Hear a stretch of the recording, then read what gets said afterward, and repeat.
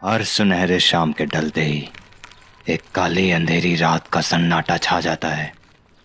ये कहानी भी आपको एक ऐसे ही रात से रूबरू कराएगी जिसे आप भूलना तो चाहेंगे पर उसे अपने जहन से निकाल नहीं पाएंगे। फिलहाल डुमरी गांव में 6 बजने को थे। भानु, रितेश और उसका छोटा भाई किशन साइकिल लिए खेत की तरफ जा ये रहे थे, देखो भैया। जहां उनके बूढ़े दादा खेत में बैठे उनके आने का इंतजार कर रहे थे। बाहरे आ गया साहब। और कितना बोरा है बाबा? अभी तो 6 गो बोरा है, एक बेरी और आना पड़ेगा।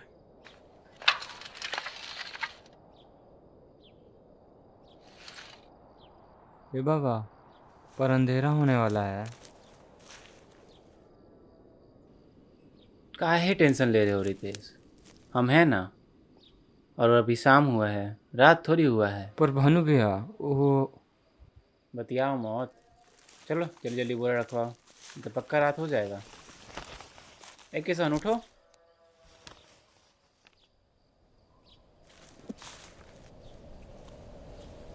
साइकिल पर अपना बोरा रखकर तीनों अपने घर की ओर निकल गए थे, इसी आस में कि अंधेरा होने से पहले वो घर पहुंच जाएंगे। ए रितेश, अगले बार किशन को नहीं लाया जाएगा। ज़्यादा बुरा नहीं है ना अब? हाँ भैया ठीक बोल रहे हैं। ना ना, हम तो आएंगे, हम तो आएंगे, हम तो वही पे करेंगे। अच्छा ठीक है, आ जाना, लेकिन फिर इस चुड़ैल से बचा लोगे ना खुद को। फालतू में डराइए मत, कोई चुड़ैल वुड़ैल नहीं है यहाँ। अच्छा ठीक है, फिर पूछ लो अपने भाई से कि वो चुड़ैल रहती है कि नहीं उस कुएं के पास। हाँ भैया। हाँ, तुमको नहीं पता है? बस झूठ मत बोलो सब, हम जानते हैं ये सब हमको डराने के लिए बोल रहे हो तुम लोग। हाँ हाँ जाओ, मत मानो, जब पौधे खा जाएगी ना तो समझ में आ जाएगा। ए भानु भैया, बच्चा है भी, मत डराइए। ठीक है।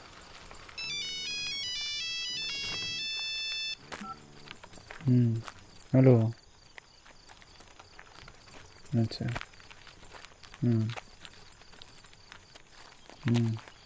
एक मिनट रुको। ए रितेश, तुम लोग आओ आराम आराम से, हम थोड़ा जा रहे हैं आगे, रहेंगे पेड़वे के पास। हाँ हाँ जाइए, फोन आ गया तब थोड़े भाई याद रहेगा। जाइए बतियाइए आराम से। ई नहीं सुधरेगा, अभी फ़ोन पे है, नहीं तो बताते इसको। हेलो। अपनी गर्लफ्रेंड से बात करने के लिए अच्छा। भानु उन्हें छोड़कर आगे चला जाता है। भैया भैया, का किसान? कितना गंदा है भानु भैया, अभी से गर्लफ्रेंड रखा है। हाँ, बात तो तुम ठीक कर रहा है,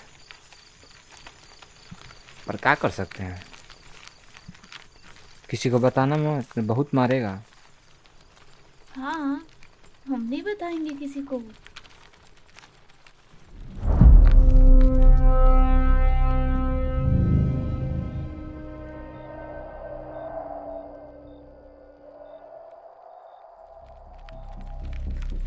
अभी ये आधे रास्ते तक भी नहीं पहुंचे थे, इतने में अंधेरा हो गया। भैया रात हो गया। हाँ, देखना आराम से, आगे गड्ढा है।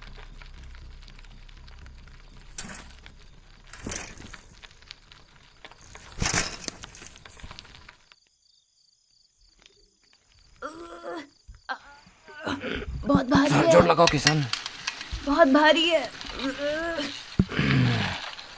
पहली बार में हो गया। हाँ, पर बहुत भारी था भैया।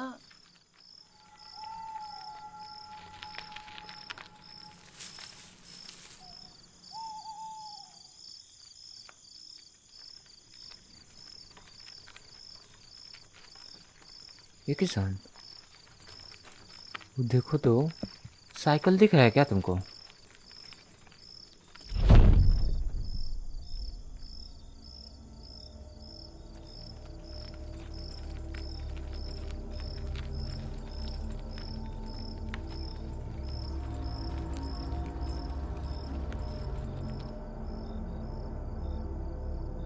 ये तो भानु भैया का साइकिल है, पर ये नीचे कैसे गिरा? बैलेंस बिगड़ गया होगा। हाँ हाँ, पर उठेगा कैसे अब? अरे भैया, हम तुम्हारा साइकिल पकड़ लेंगे और तुम उसका साइकिल उठवा देना। हाँ, पर भानु भैया कहीं दिख नहीं रहा है, कहाँ गया होगा? हाँ वही तो। भानु भैया, भानु भैया,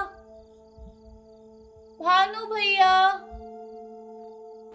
भानु भैया तो कहीं दिखाई ही नहीं दे रहे, कहाँ चले गए वो?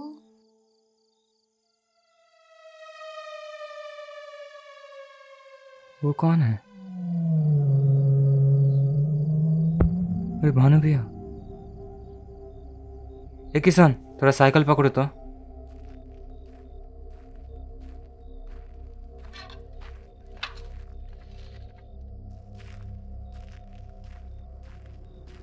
ओ भानु भैया, काहे उधर बैठे हैं? रितेश देखता है कि भानु कुएं के पास बैठा हुआ था।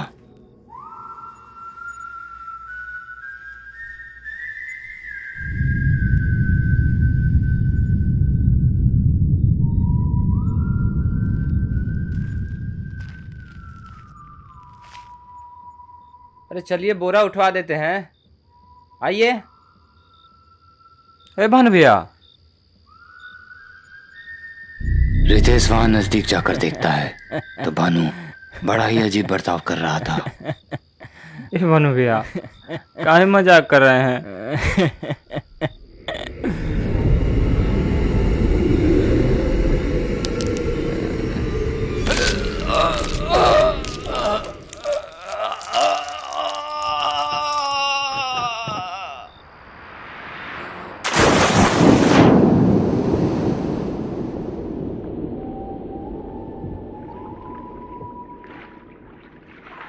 इससे पहले कि रितेश कुछ समझ पाता, भानु कुएं के अंदर गिर जाता है।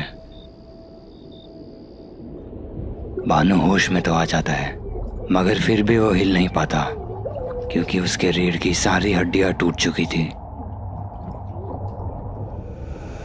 तभी रितेश देखता है कि कोई पानी के अंदर से आया और भानु को कुएं के अंदर खींच कर लेकर चला गया। इतना कुछ देखने के बाद रितेश बहुत ज्यादा डर जाता है और वो कुछ सोच ही नहीं पाता कि वो क्या करे। भानु भैया,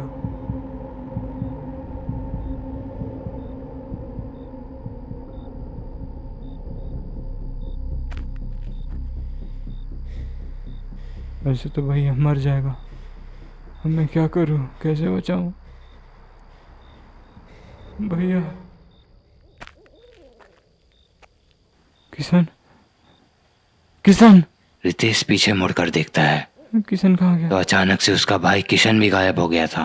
किशन। ये देखकर रितेश और भी ज्यादा डर जाता है।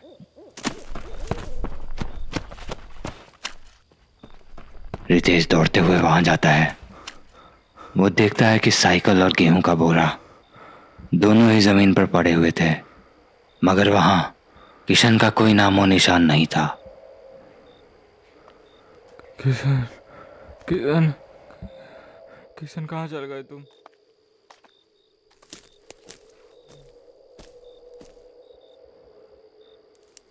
किशन।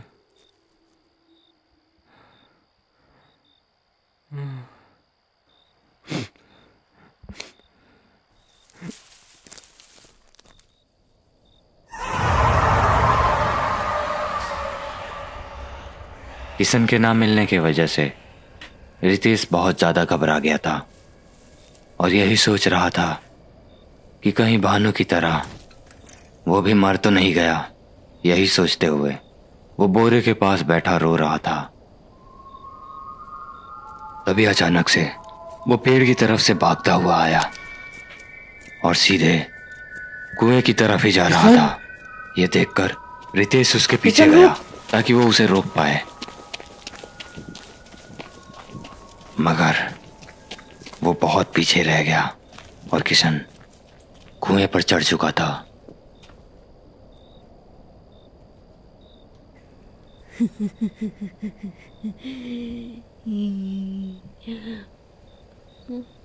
भैया, किसान, मुझे बचा लो।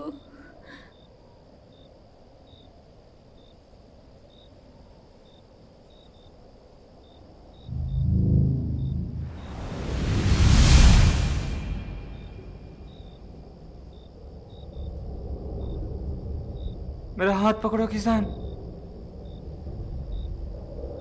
किसान, किसान मेरे भाई, किसान।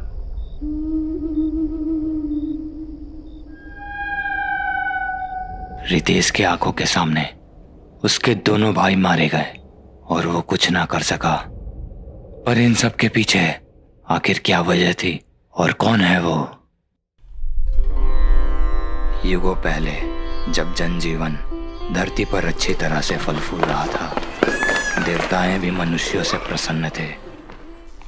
उसी काल में एक नकारात्मक ऊर्जा जो देवताओं द्वारा निर्मित कवच को तोड़कर नरकलोक से पृथ्वीलोक में प्रवेश कर गई और तब से वो छुपते छुपाते धरती के अंधकार में घूमती रही और खुद को शक्तिशाली बनाया। अब उसके अनेक रूप थे। वो चाहे जो वो बन सकती थी, उसके रूप चाहे जितने भी हो, उद्देश्य एक ही था, मौत। छुप छुप कर मासूमों की हत्या।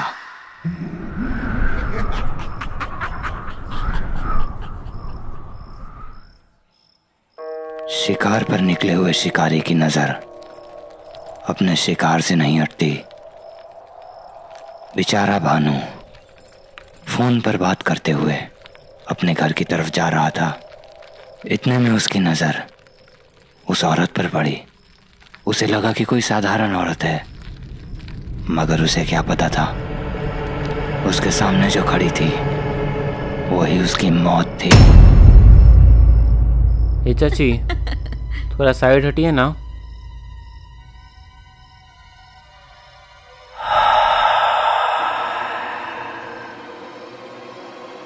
उसमें इतनी शक्तियां थी कि केवल स्पर्श मात्र से वो किसी को भी वश में कर सकती थी। भानु के साथ भी वही हुआ। भानु को कुएं में गिरता देख रितेश भैया, किशन बहुत ज्यादा डर जाता है। भानु भैया।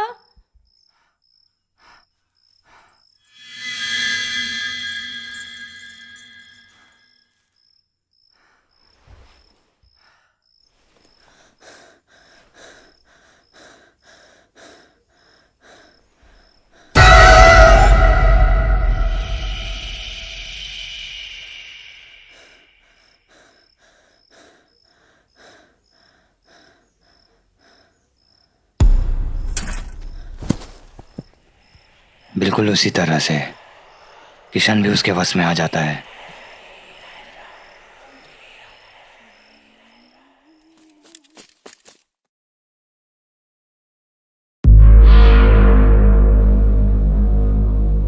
मेरा भाई।